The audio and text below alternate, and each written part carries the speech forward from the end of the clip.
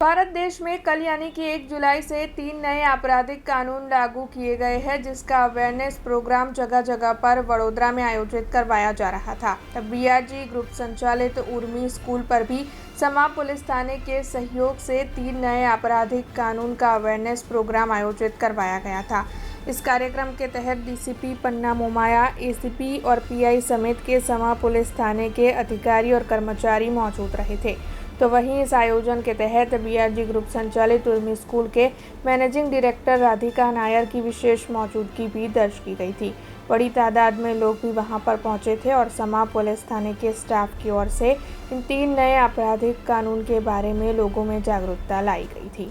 आज रोज 1 जुलाई 2024 થી 3 નવા કાયદા અમલમાં આવ્યા છે। એ 3 નવા કાયદાની જે જાગૃતિ માટેનો કાર્યક્રમ હતો એ આજે સમા પોલીસ સ્ટેશનમાં ઉમેર સ્કૂલમાં કરવામાં આવેલો છે। આ અંતર્ગત પોસ્ટે વિસ્તારના અગ્રણી નાગરિકો હાજર રહેલા હતા। એમને 3 નવા કાયદામાં શું નવી જોગવાઈ છે, મહિલા બાળકો સિનિયર સિટીઝન માટે શું નવા જોગવાઈ કરવામાં આવેલી છે, કઈ રીતે આ કાયદાનું અમલીકરણ થશે, ટેકનોલોજીનો કેટલો ઉપયોગ થયો છે એની સમગ્ર જાણકારી આપવામાં આવી।